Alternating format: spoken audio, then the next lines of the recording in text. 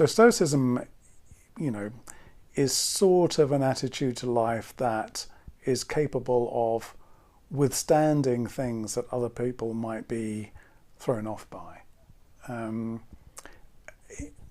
It's sometimes said that Stoicism is a way of accepting fate.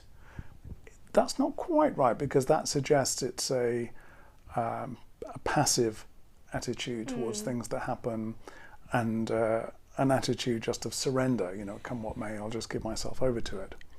And also Maximus doesn't really accept his fate, because he's fated to, you know, be a slave, because that's what the emperor did to him. So he kind of does fight against that. He fights against it, and in fact, you know, the key word really in Stoicism is virtue.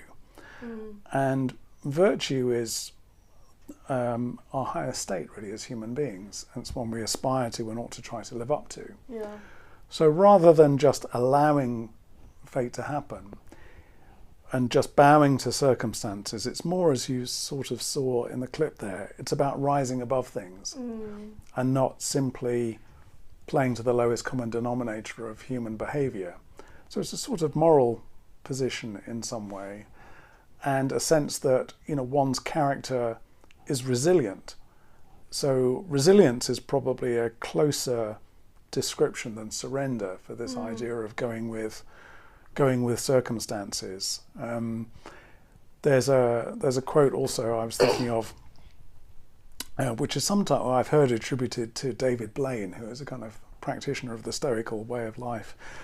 And the quote, whether it's his or not, says, "Pain is inevitable, but suffering is optional," which I think is another quote that captures this Stoical idea that, you know, bad things can happen.